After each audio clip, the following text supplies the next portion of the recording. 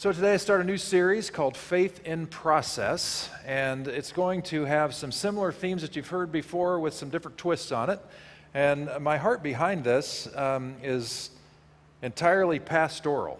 We are a church where a lot of people land here because we are a space that's safe to ask questions that may not be welcome in other places, and we have a reputation for that, and being a place that people can come and especially if they've started the deconstruction phase, they can find out this is a place to do that, to question some of the pieces that don't make so much sense or don't resonate in faith anymore, and we can help them reconstruct that. But one of the things that I think is somewhat lacking, that's available in lots of things, but is just a simple guide. How do you do this thing? What does it look like to put the whole thing back together? And so my hope is that this series will live up to the title, that it'll become a field guide of sorts to navigating life in God. And so that's where I want to go today, and you'll hear some familiar stories and some new ones added in and some insights that I hope will be helpful. But first, I wonder how many of you remember a time in your life when you were, say, around 10 years old or younger? Remember that period of your life? Do you wish you could go back to that period of your life? Oh, okay, sometimes maybe a little bit. All right, Lori's the only honest one here. That's very good. Yeah, you don't really want to go back to that time. How many of you remember puberty? How many of you would like to forget puberty? Right, this horrible time that we are forced to go through where we feel awkward and we act awkward is the way it is. And then we become young adults, and you probably remember that time in your late teens into your 20s, and you're differentiating, and you're kicked out of the nest. Your family who pledged their dying love to you now say, get out of the house, right? And you're on your own. But do you remember those early days of adulthood when you had autonomy and independence? And even though it was a little bit terrifying, it also, for many people, is this incredibly empowering time. Like I can actually make it and make this thing happen. Sometimes people in that stage of life, comes at different stages of life, of course, but sometimes people find love in that time of life and romance, or they at least find lust and think it's love, and then we never know what's going to settle out. People, when they are deeply in love, there's actually been a study on this at Stanford University, that people's brains, when they are in that phase of so in love with the other, isn't that different than when they're about 4 beers in at a party. Their brain capacity just isn't working quite right.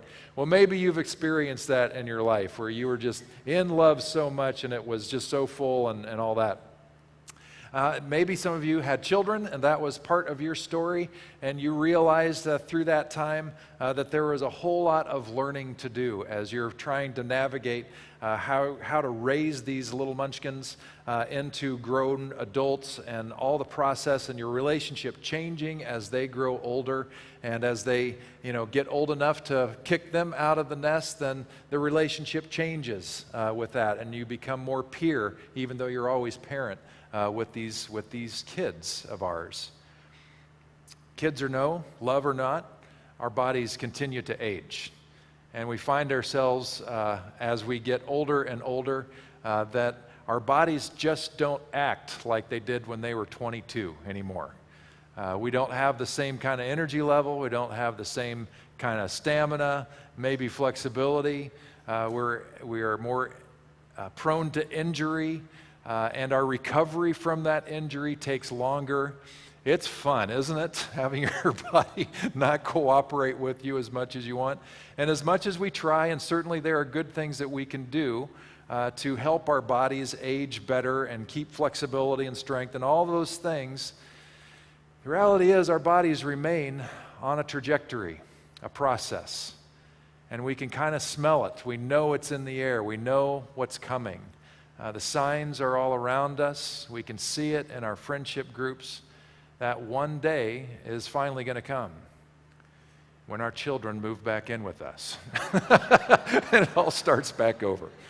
I talk about this journey of our human life, our physical life, because we are all very aware that it is in process all the time. From the time we come out of the womb and draw our first breath and all the learning that we're doing in that time, all the way through adulthood into senior adulthood, it is one massive prolonged process that you really can do very little about. Your body is going to be in the present all the time. And it's just going to do its thing. You can help it do its things a little better or worse, but it's going to keep doing its thing. Our faith is kind of like that. And by the way, just because our bodies, our physical beings, are living, doesn't necessarily mean that that is producing a life that we want to live. Do you know what I mean? There's a difference between having a pulse, living, and having a life that we long for, that is meaningful and joyous, full of love, all the things that we want. That's where faith comes in. Philosophy tries to tackle it. Certainly theology and faith are all part of this thing where we're wanting to figure out how do we make sense of our lives? How do we bring it all together so that it becomes a meaningful experience, not just for us, because if we're honest, we know that we're connected with everybody else, but we really don't have, I think, at our core, malintent toward the rest of the world. I think our heart of heart is that we want this, we use the word shalomi around here, we want this shalomi experience of life for ourselves, this wholeness, this connectedness, but we really want it for everybody else, don't we? Don't we want everybody to be in that zone? Because if they are, a lot of malice in the world, a lot of awful things in the world are going to go away. And if we want shalom for creation itself and all the animals that we share this planet with and plant life and all that, then that's a good thing all the way around too. So we're looking for a comprehensive thing, and that's where our faith comes in. What I'm hoping to develop with this is kind of a guide map, some ways of being in this that are going to be familiar to a lot of you because they're going to use some of the touch points that we've talked about around here for some time. Today, being that word stretch, about part of the process of us growing in our experience of a meaningful life is we got to think different. We got to stretch our minds. And I want to talk about that process some and how it showed up in a few key characters. The characters we're looking at today, the first one is going to be on the bottom left-hand corner. It's a modern adaptation up in John chapter 3. John chapter 3, you get this guy named Nicodemus, who's a part of the Jewish leadership in Jerusalem called the Sanhedrin. It's kind of like the Supreme Court of Judaism in its day. They ruled supreme over everything. They were the guiding body. They oversaw the chief priests, who also held a lot of influence on the Sanhedrin, was part of the Sanhedrin, ran the Sanhedrin, so a close combination there. By this time, Jesus had already made a name for himself. He already had a following just early into his earliest days in ministry. People were curious about his healing ministry, which indicated that God might be a part of whatever he was doing. He was reinterpreting scriptures in ways that didn't jibe with the Sanhedrin, which was causing some cognitive dissonance among people and starting to frustrate some of the people in the Sanhedrin. And he was making some claims that were kind of new and different. And so Nicodemus, who's one of these religious leaders, wanted to find out more. So his activity was a proactive activity to learn more about this Jesus. So he goes to meet with him under cover of night because he doesn't want to be seen seeing this guy who might be a renegade. It's like politicians who don't want to be seen in certain groups of people. It's the same dynamic that's happening for Nicodemus. It also represents his going to see Jesus under cover of night, his own darkness. He's not seeing the light just yet. And he goes in and he's very amicable toward Jesus, tries to butter him up a little bit, talking about good teacher. And we've heard so many wonderful things about you, Jesus. And Jesus doesn't waste any time. He just goes right to the heart of the matter. And he says to Nicodemus, you know, if you want to enter the kingdom of God, or this whole thing we're calling eternal life or shalom, you must be born again.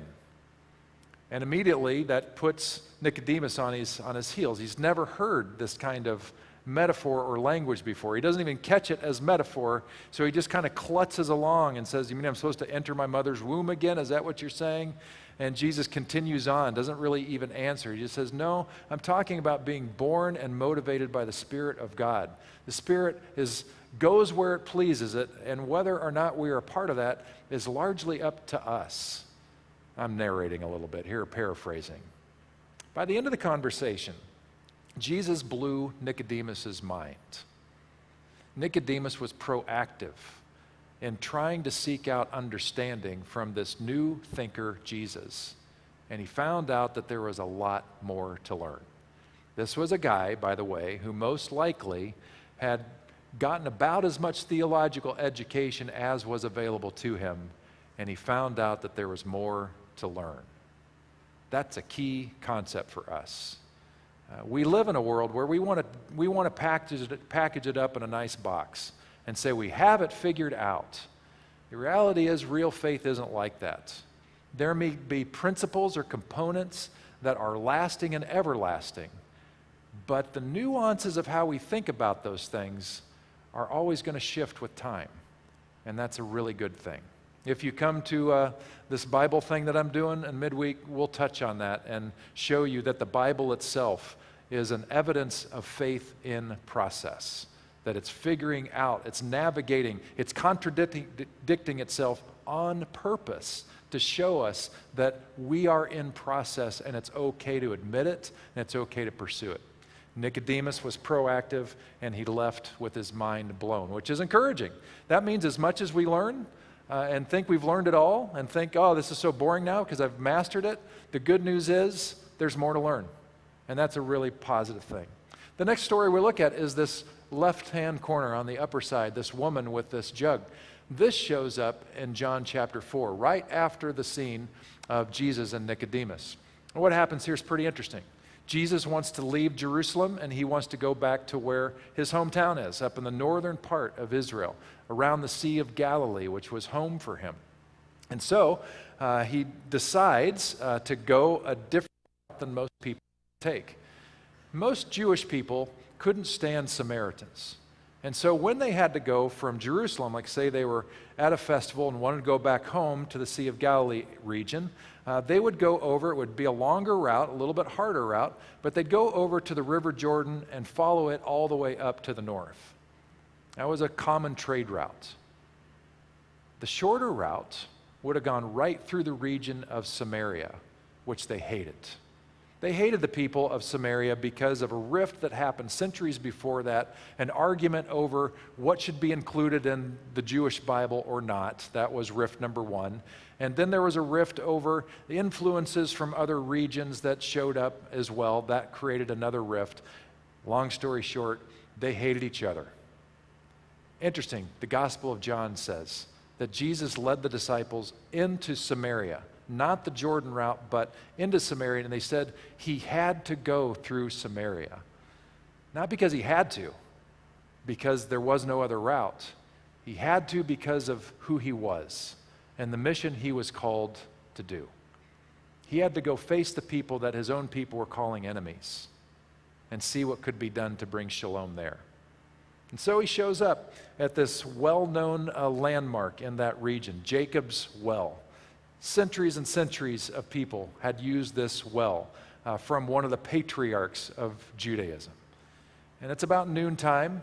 It's in the heat of the day. It's lunch. And so Jesus sends the boys into the village to get some in and out and come back real quick. And he hangs out at the well. And while he's there, this woman comes with her jug alone to get it filled to take back. Jesus knows immediately when he sees this woman coming, walking alone in the heat of the day, that communicates a backstory. And if you've heard me talk about it, you know what that is. But to remind you, most of the women in that period of time, they would not go in the heat of the day, because why would you do that? You live in desert country. You're going to go as early as possible, before the sun even rises, maybe.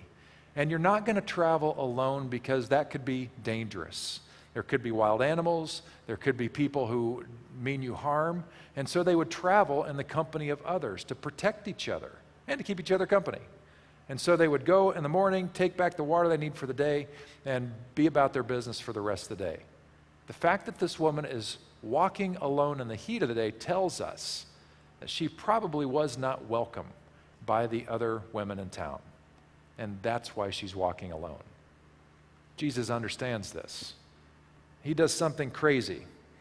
in a time where men are not supposed to start a conversation with women, that Jewish people aren't supposed to talk to Samaritan people, and certainly not rabbis in the Jewish tradition talking to women Samaritans, Jesus starts a conversation, asks her for a cup of water. She recoils. She's like, "What are you doing asking me for water? You should know better than this." And Jesus leans in and says, "You know, if you knew who you were talking to, I would draw for you living water from an everlasting spring that you would never run out of." And the woman's like, "I could really use that water because I'm really tired of jugging this thing, every day in the heat of the day. Give me some of that water," not realizing it's metaphor. He continues the conversation. They go deeper. He starts to hit close to home with her. She barbs a little bit with him. And then he reads her mail and says, "I know your story. You've had several husbands in your life, and right now you're living with a guy that is not your husband." Now that might cause some eyebrow raising in this day and age, but imagine what that would be like in the first century when women are property and when you could be defiled by being handed around to different men. Most male scholars, by the way, malign this woman at the well and wonder what she did wrong, that she had so many husbands and now was living in sin with this guy who was putting her up. When I was doing my doctoral research on this, not surprisingly, the scholar that pointed out a different way to look at this, a biblical scholar, was a woman. And she simply raised the point, why are we maligning this woman? It's entirely possible that she was married to her first husband. He died. She got handed to the brother because by law that's what you're supposed to do. So now she's married to him. He dies. Another brother. He dies. You could have multiple husbands just by that process. But by the end of that process, when all these husbands have died before you, it's like, and if you've run out of brothers, what do you do? In that day and age, who will take you in? Who will marry you? The answer is nobody. So, lucky for her, there was some guy in town that was willing to give her cover. That's a much more likely thing. But in that day and age, where people assumed that God was in control of absolutely everything, they might look at her life and say, she's clearly cursed of God. We should keep our distance. But Jesus doesn't reject her. She is aware that he knows her backstory and wants to get away from this as soon as possible. So she decides to pick a theological fight. Where do real worshipers of God worship? Because people in Samaria say, it's supposed to be in Samaria on our mountain, and you people in the south are saying, it's supposed to be in the mountain of Jerusalem. That's all it would take most of the time. And they would never come to pass. That would be the end of conversation. There'd be some blows, and the Jewish rabbi would normally stand up and say, "You don't know what the heck you're talking about. How dare you even question such a thing?" and stomp off with his friends. But instead, Jesus did something different. He said to her, in truth, the mountain doesn't matter, because the real worshipers of God are going to worship in spirit and in truth wherever they are. Do you believe this? And the woman says, I believe when the Messiah comes. They had a little different rendering of Messiah, but believed in it nonetheless. I believe when the Messiah comes, that might happen. And then Jesus does something profound. He says, the one you are looking for is me. I am the anointed one. You know what's super cool about that? In the Gospel of John, the first person that Jesus, Rabbi Jewish Jesus, chooses to admit who he is to a Samaritan woman. It's extraordinary. What an incredible statement of inclusion, of elevation, of acceptance. It's amazing. Well, this woman is believing it, and her countenance has changed. No longer is she a grumpy participant in this conversation she doesn't want to have. Now she's elated, takes her water back to the village, tells them everything that happened, tells the village that has scorned her and ostracized her everything that has happened. They recognize that something has changed in her.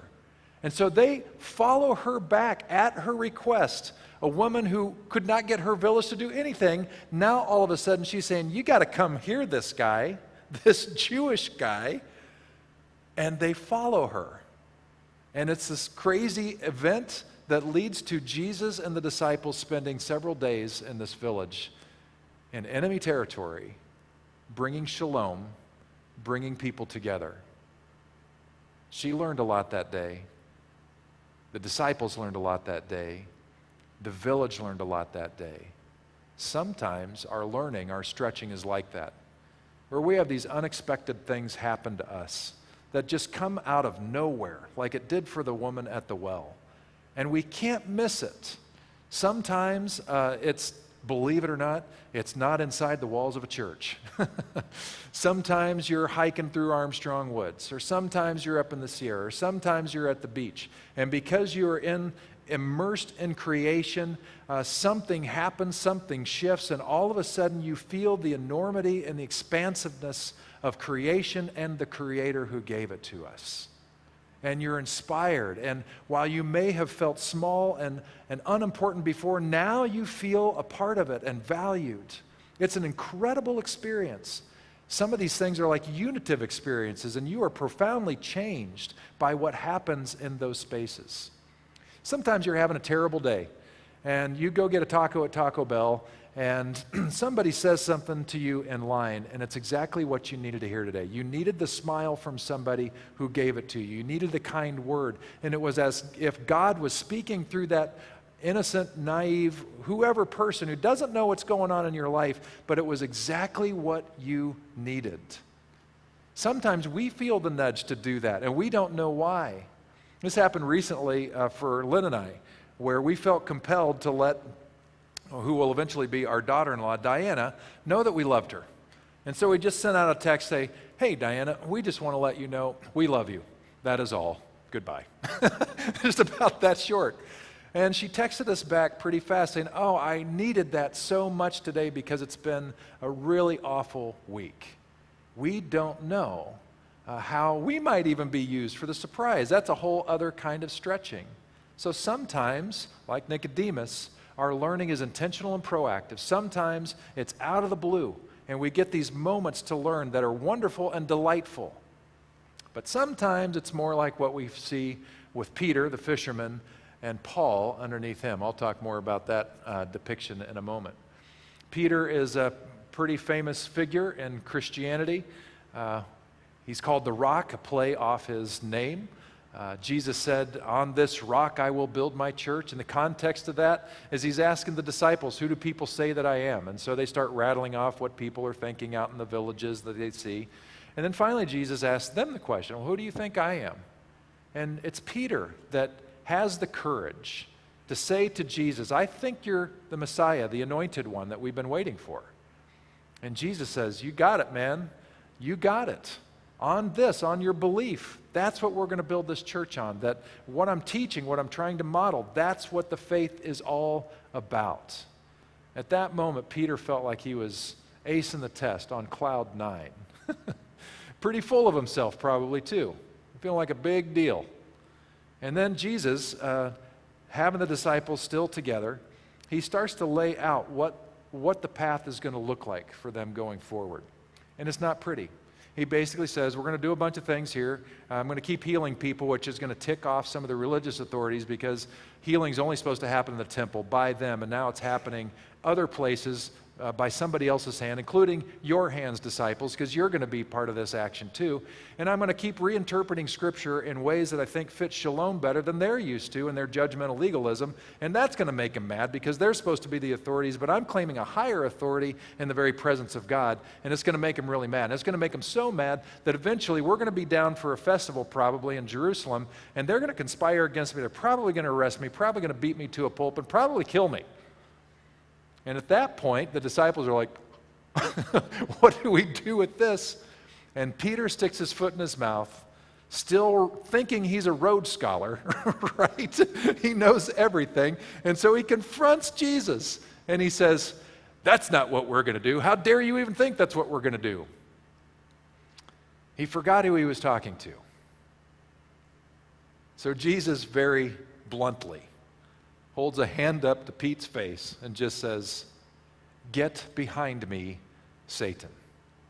You have in mind the things of men and not the things of God." Well, I'm sure that was a fun moment for Pete, don't you agree? Cloud nine for 1 minute, thinking he's got it all together, and then immediately leveled.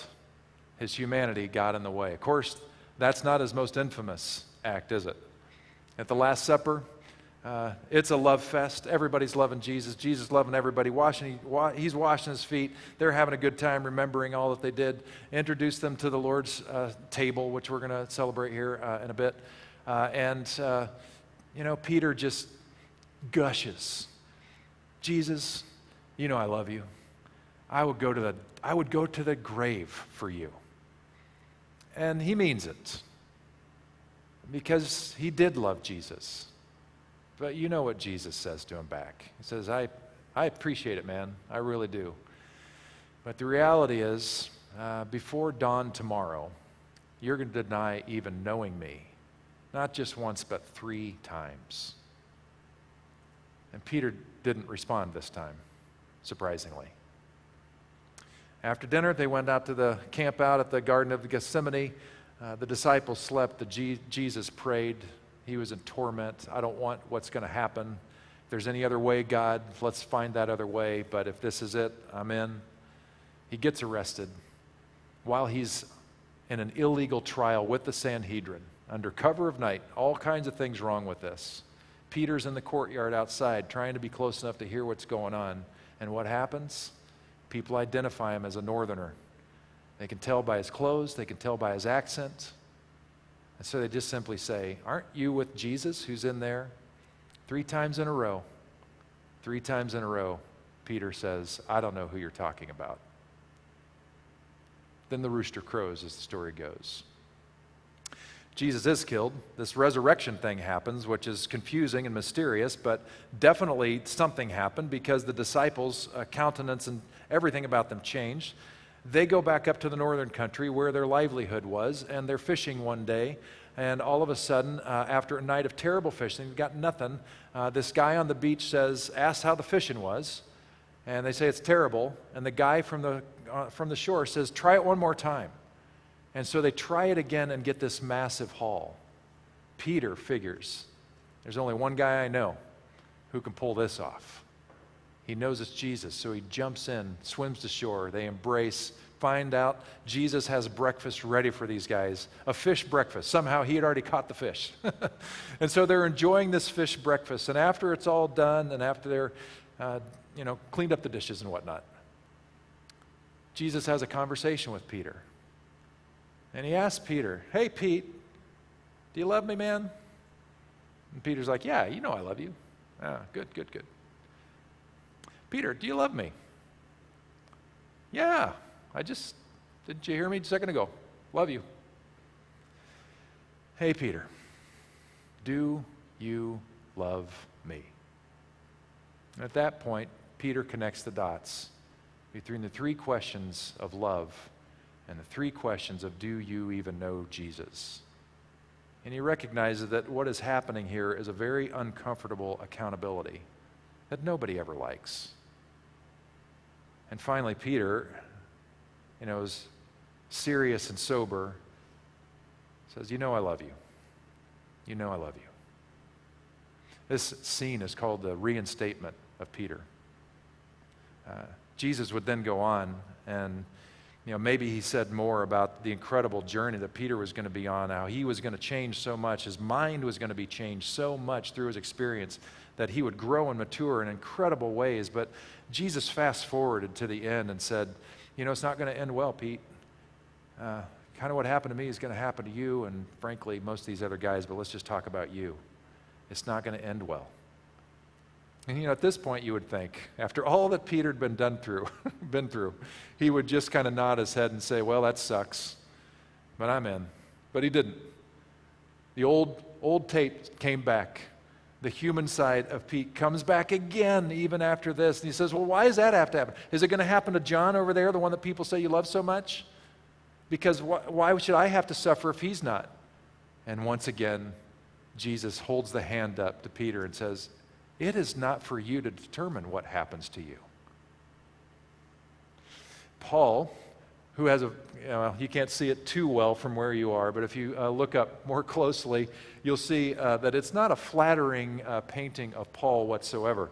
And the reason it's not is if you look into some of the ancient writers, they will tell you that Paul was known to be not an attractive man. He was known to be kind of an ugly dude. I don't know what that means in their time in history. That whole measure changes over time. But I thought this in our time kind of depicted it well. He just kind of looks like a nerdy guy and, whatever. Nerds rule the world, so don't get me wrong there. But it's not a contemporary definition of attractive in this picture. But he was brilliant, and he was trained to be one of the best scholars of his day in Judaism. He never knew Jesus personally, but he knew about him. And about 15 years after Jesus died, somewhere in that neck of the woods, Paul was on his way, red hot with freshly inked letters to go round up Christians in the city of Damascus, to bring them back to Jerusalem, to be tried for heresy and apostasy, so that they might be arrested for a long time, maybe even killed if he got lucky. This is a guy who hated this Jesus community because of their beliefs. But on the way there, he had this experience of this blinding light, and a voice coming from this blinding light saying, Saul, why are you doing this to me? And Saul, that was his name, that's the Hebrew version of Paul, he cries out, well, who are you? I don't even know who you are. And the voice says, I am the very Jesus who you are persecuting. And immediately, Saul is humbled. He's blind, he's helpless, and his mind has just been blown. He finds out in an instant that he has been wrong, and he's being held accountable by the bright light voice. He has to entrust himself to these Jesus followers who moments ago he wanted dead. He has to spend some time learning to see again, not just with his physical eyes, but with his spiritual eyes. He would become such an advocate for the way of Jesus that this once legalistic jerk finally, much later on, wrote the Jew or the Christian leaders in Jerusalem saying, we really should get rid of all 613 laws except for maybe 2. That's how much he changed, that his world became so expansive and enlarged. But Paul and Peter represent another motivation for why we learn. They weren't proactive about it. It wasn't one of these epiphany things, even though Paul's kind of was a spiritual experience. It was not a pleasant experience for Paul. For most of us, most of the way we learn is this, a 2x4, that life catches up with us. It's not that God takes the 2x4. I don't believe that God ever takes the 2x4 and pounds us on the head. I don't think God needs the help of a 2x4 to do such a thing. I think we do that. Our humanity catches up with us, and again, and again, and again. Can you hear that audibly out there? I'm hearing it in my head. I should probably stop. But anyway, this is how we learn most of the time, through trial and error. We go through our lives, we're not paying attention, we're living kind of unconsciously, and what happens? Our nose hits the wall again and again and again, and finally we say, maybe we need to rethink things. Maybe we need to see the world differently. That happens with our own maturity, our own development as human beings, and it happens in our faith. Faith is a process. Faith is a process that you will never conclude in this lifetime, and that is good news. The question is what are you doing with your learning? Paul understood this. He had this brilliant thing that he wrote to a church that was just a mess, and he said, don't be conformed to the pattern of this world, but be transformed by the renewing of your minds so that you can figure out what God's will is, what is good and pleasing and mature. And he's telling this primarily to a group of Jewish Christians in Rome who were being total jerks to non-Jewish Christians in Rome, refusing them to come around the table because of their hatred. He's saying to that group, get over yourselves. Let go of your hatred of these people. Have you not learned anything about Jesus? The way of shalom is everything. When you get in the way of shalom, it restricts shalom from yourself, from the whole world. You're in the way of God. Broaden your mind. This coming from a guy whose mind was broadened again and again and again. If we're looking for what we're after here as a model, I find a lot of inspiration from a guy named Walter Rauschenbusch over 100 years ago. And he was an American Baptist, our tribe, part of a similar experience of life like I did. He was in a Christian home somewhere along the way. He had a profound experience of the presence of God, kind of one of these surprise moments that kind of woke him up. That the faith is more than just a narrative, learning the stories, learning the law, learning the ethic. There is a dynamic presence that we are in relationship with our entire life if we will open ourselves up to it. And it set him on a course of theological education. He became a pastor and a theologian, was a seminary professor in New York City. At the time when terrible injustice going on in a place called Hell's Kitchen. Look it up. Children and women and immigrants from countries that were not looked upon favorably at that time. The Irish and the Italians were under a lot of hatred from other Americans who were already here, and they made life miserable for them in this part of New York City. And Walter Rauschenbusch, because of his faith, he and his peers in ministry, because of their faith and their understanding of shalom, because they had their minds changed, they stood up for these people. Because they understood that faith is more than just getting our personal souls saved so we might go to heaven someday. It's about the whole world. He said this about faith. He said the main thing is to have God, to live in God, to have God live in us, to think God's thoughts, to love what God loves and hate what God hates, to realize God's presence, to feel God's holiness and to be holy because God is holy, to feel God's goodness in every blessing of your life and even in its tribulations, to be happy and trustful, to join in the great purposes of God and to be lifted to greatness of vision and faith and hope with God. That is the blessed life. That's what we want, is the blessed life. There are a few things to learn from all these characters.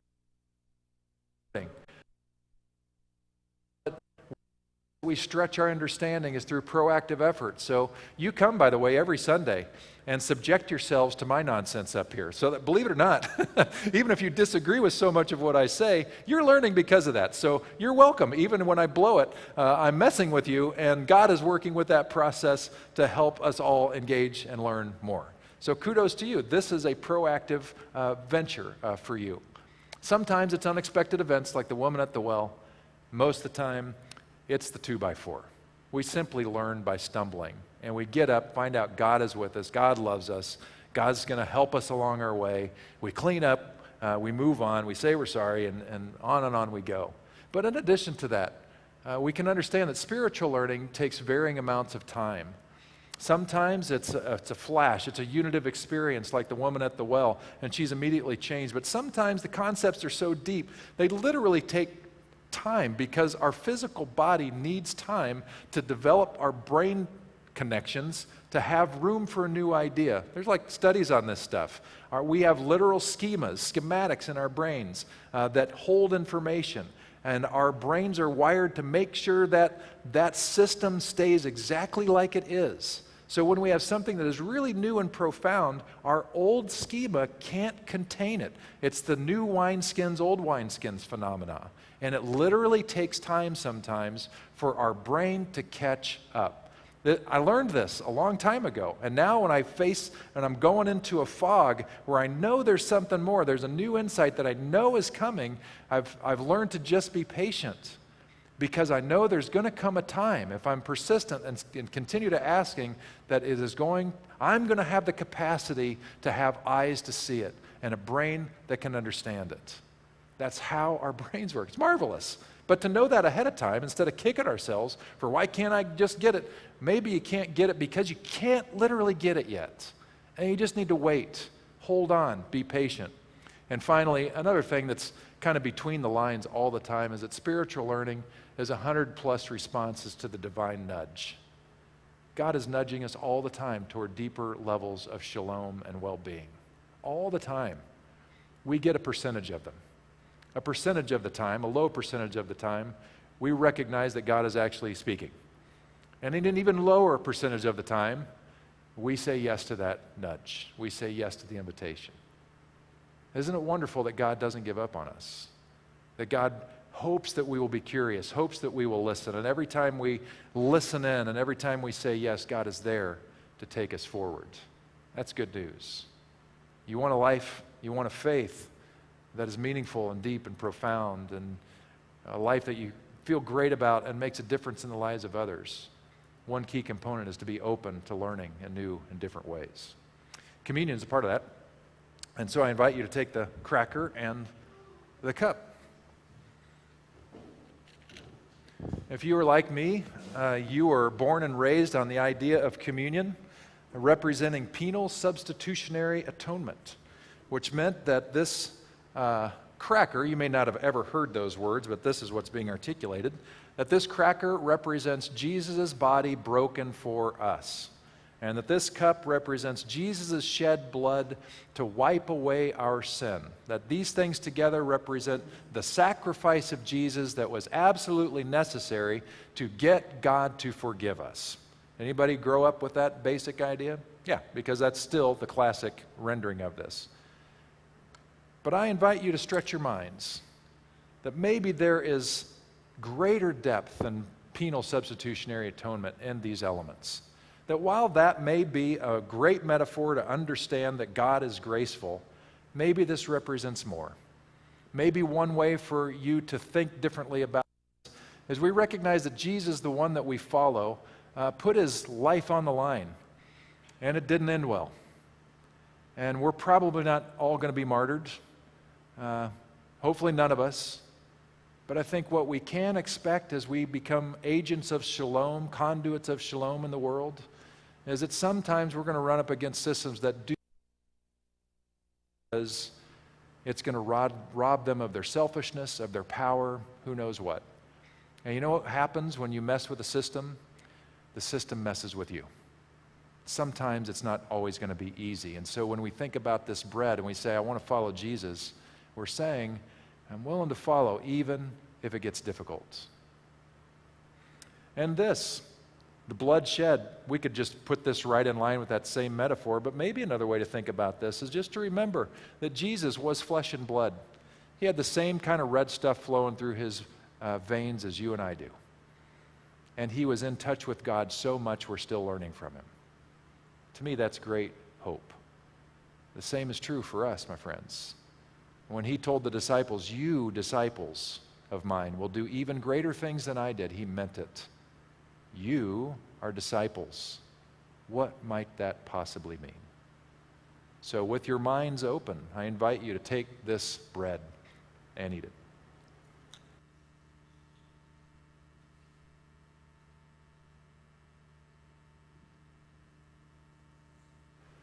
And I invite you to lift this cup and recognize that maybe it's more than shed blood for the redemption of sinners. And maybe it speaks a much deeper level. And take and drink.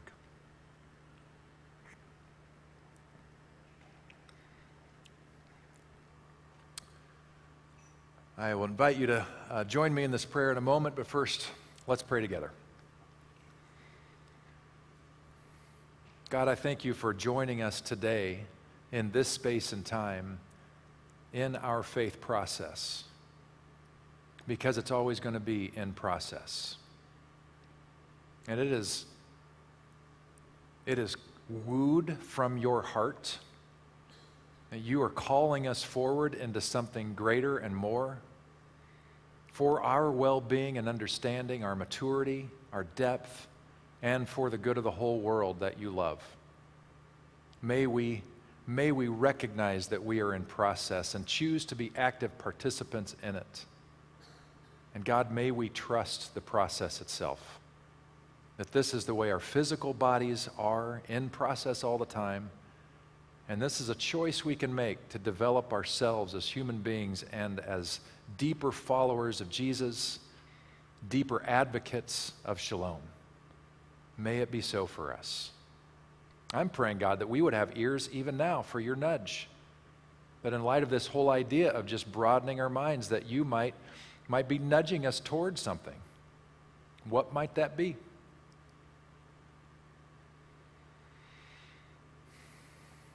May we be attentive to your voice. May we trust your love. And at the end of our lives, may we look back and recognize the times that we were proactive and decided to learn more, the times we were surprised, the times we fell into our learning out of our own mistakes. And may we rejoice that you were there with us all the while to help us in our becoming. To that end, I invite you to join me in this adaptation of the Lord's Prayer. Our loving, supportive, holy Abba, Daddy, friend, your presence is here and everywhere. May your divine commonwealth come. May your will be done through us. We are grateful for the gift of food and work for all to eat their fill. May we work for a world where mutual grace and respect abound. May we foster shalom everywhere. Strengthen us for the work to which we're called. Amen. May it be so. Thanks for coming today. Hope you had a good experience. We'll see you next week.